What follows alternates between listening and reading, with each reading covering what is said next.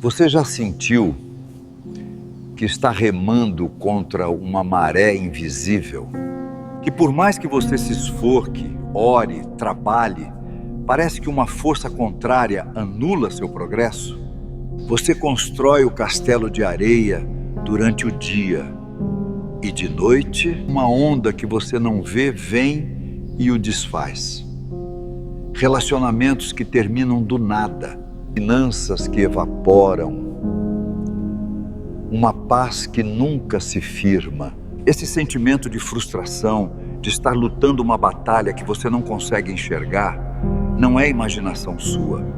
É o maior campo de batalha silencioso na vida de um cristão. Uma guerra travada não com armas, mas com brechas, com pequenas portas que deixamos entreabertas na correria da vida. E se eu te dissesse que o inimigo não precisa arrombar sua porta da frente? Ele é sutil, ele espera pacientemente que você mesmo lhe dê a chave. E se eu te dissesse que a solução está em identificar e trancar 5 dessas portas? Hoje, vamos mergulhar fundo nas 5 estratégias mais antigas e eficazes que o adversário usa para infiltrar e destruir vidas. Não são os pecados óbvios que você imagina. E eu garanto, a 5ª porta é a mais comum, a mais sorrateira e muitas vezes a mais disfarçada de bênção. Fique comigo, porque entender isso pode ser a diferença entre viver em vitória ou em constante derrota.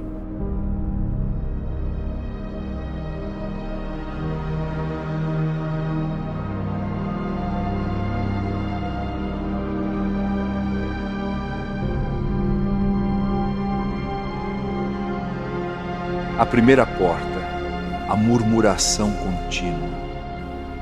Se a gratidão é a chave que abre os céus, a murmuração é a ferrugem que emperra a fechadura. O inimigo não teme suas grandes orações, se no resto do dia sua boca é uma fonte de reclamação. Reclamar do trabalho, do cônjuge, do governo, do clima, parece inofensivo, mas a murmuração é um ato de incredulidade. É dizer a Deus, em outras palavras, o Senhor não está no controle e o que o Senhor me deu não é bom o suficiente. Pense no povo de Israel no deserto.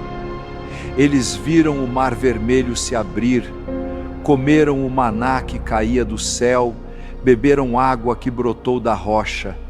Tinham a presença visível de Deus numa coluna de fogo à noite. E ainda assim a Bíblia os descreve como um povo de dura cerviz, que murmurava por tudo. A murmuração deles foi tão ofensiva a Deus que uma geração inteira que viu milagres extraordinários pereceu no deserto e não entrou na terra prometida. A murmuração os desqualificou. Ela envenena sua fé, cega seus olhos para as bênçãos presentes e abre um portal para o espírito de insatisfação. Antes de dormir hoje, faça um jejum de 24 horas de reclamação. Morda a língua se for preciso. E veja como o ambiente espiritual ao seu redor começa a mudar. A segunda porta, a falta de perdão. Esta é talvez a porta mais pesada, a que o inimigo mais ama, pois ela lhe dá um direito legal de ação. A falta de perdão é um veneno que você toma esperando que o outro morra. É um cárcere espiritual, onde você é, ao mesmo tempo, o prisioneiro e o carcereiro. Jesus foi absurdamente claro sobre isso na parábola do credor incompassivo. Um homem que devia uma fortuna impagável foi perdoado pelo seu rei, mas, ao sair, encontrou alguém que lhe devia uma ninharia e o lançou na prisão. Quando o rei soube, ele não apenas cancelou o perdão, mas entregou aquele servo aos atormentadores até que pagasse tudo. Os atormentadores. Essa é a palavra-chave. Doenças inexplicáveis, tormentos mentais, opressão, miséria. Muitas cadeias espirituais têm sua raiz na falta de perdão. Ao se recusar a perdoar, você está dizendo a Deus: a tua graça é suficiente para mim, mas não para quem me feriu. Você se coloca na posição de juiz. O inimigo usa essa brecha para te manter acorrentado à dor do passado e para atormentar sua alma. Pegue um papel agora, escreva o nome da pessoa que te feriu e, mesmo que não sinta vontade, declare em voz alta: em nome de Jesus, eu libero perdão para nome da pessoa. Eu o entrego ao justo juízo de Deus e abro mão do meu direito de vingança. Você não está dizendo que o que ela fez foi certo. Você está se libertando da prisão. A terceira porta, a mentira e o engano.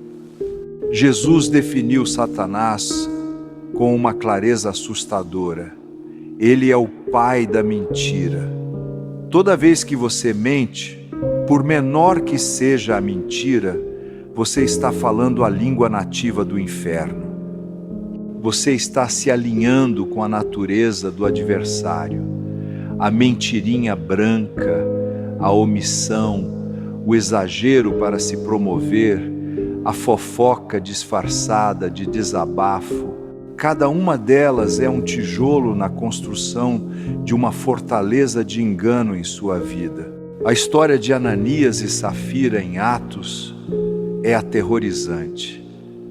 Eles não roubaram, não mataram. Eles apenas mentiram sobre o valor da oferta que estavam entregando. Eles queriam a imagem de santos, mas com o coração cheio de engano. E a consequência foi imediata e fatal. Por quê? Porque a mentira atenta contra a própria natureza do Espírito Santo, que é o Espírito da verdade. Uma vida de engano, por menor que seja, entristece e apaga a voz de Deus.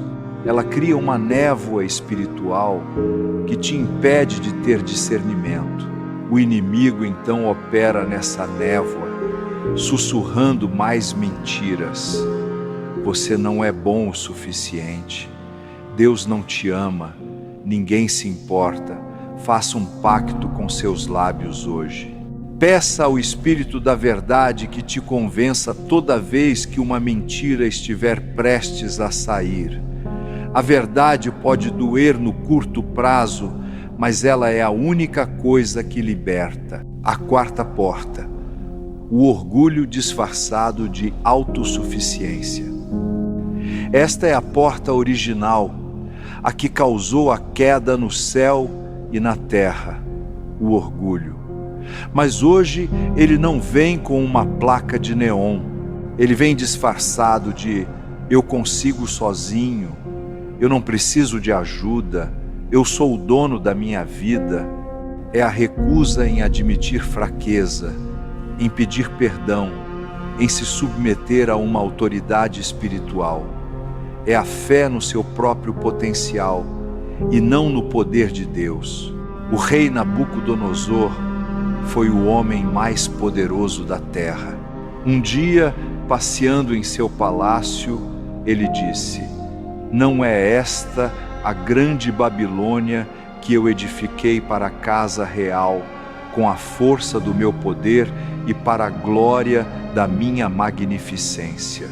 Naquele exato instante, uma voz do céu decretou seu juízo.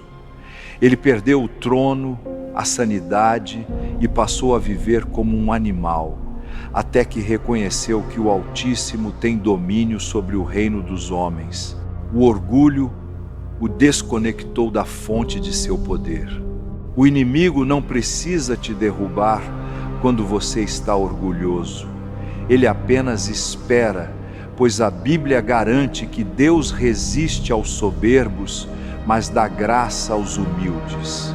Se Deus está te resistindo, que chance você tem? Sirva alguém em secreto esta semana.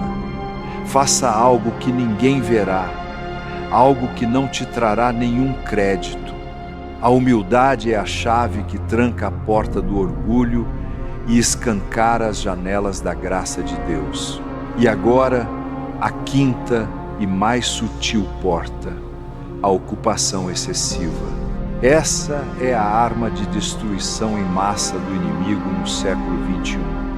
Não parece um pecado, pelo contrário, parece virtude. Estar ocupado, produtivo, correndo atrás dos seus sonhos. Mas o excesso de ocupação, mesmo com coisas boas, é uma das maiores estratégias do inferno para neutralizar os cristãos.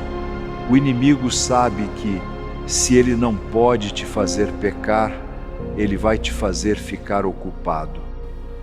Ocupado demais para orar, ocupado demais para meditar na palavra, ocupado demais para ouvir a voz de Deus, ocupado demais para servir na igreja, ocupado demais para a sua própria família.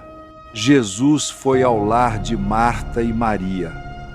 Marta estava frenética, ocupada com muitos serviços, tentando preparar o banquete perfeito para Jesus. Enquanto isso, Maria estava sentada aos pés dele, apenas ouvindo. Marta, irritada, reclama com Jesus. E a resposta dele é um bisturi na alma. Marta, Marta, andas ansiosa e afadigada com muitas coisas, mas uma só é necessária. E Maria escolheu a boa parte, a qual não lhe será tirada. O ativismo de Marta a roubou da intimidade. O inimigo ama o ativismo religioso, pois ele te dá a sensação de estar fazendo muito para Deus, quando na verdade você está longe dele. A sua ocupação tem te aproximado ou te afastado de Deus. Agende 15 minutos com Deus na sua agenda de amanhã, não como uma opção, mas como a reunião mais importante do seu dia. Desligue o celular, fique em silêncio, escolha a boa parte. Estas são as 5 portas: murmuração, falta de perdão, mentira, orgulho e ocupação excessiva. Imagine sua vida com essas portas não apenas fechadas, mas trancadas e seladas pelo poder do Espírito Santo. A confusão dando lugar à clareza, a ansiedade dando lugar à paz, a derrota dando lugar a uma vitória constante. Isso não é uma fórmula mágica, é um princípio espiritual. O inimigo só tem o poder que você dá a ele. Se esta mensagem ardeu em seu espírito, se você identificou uma ou mais portas abertas em sua vida, então faça parte deste exército que está se levantando. Inscreva-se agora para não perder a próxima estratégia de batalha que Deus tem para nós. E o mais crucial, não guarde esta munição só para você. Pense agora mesmo em alguém que está lutando, que parece estar andando em círculos. Seja o atalaia na vida dela. Compartilhe este vídeo. Seja a resposta de oração que alguém está esperando.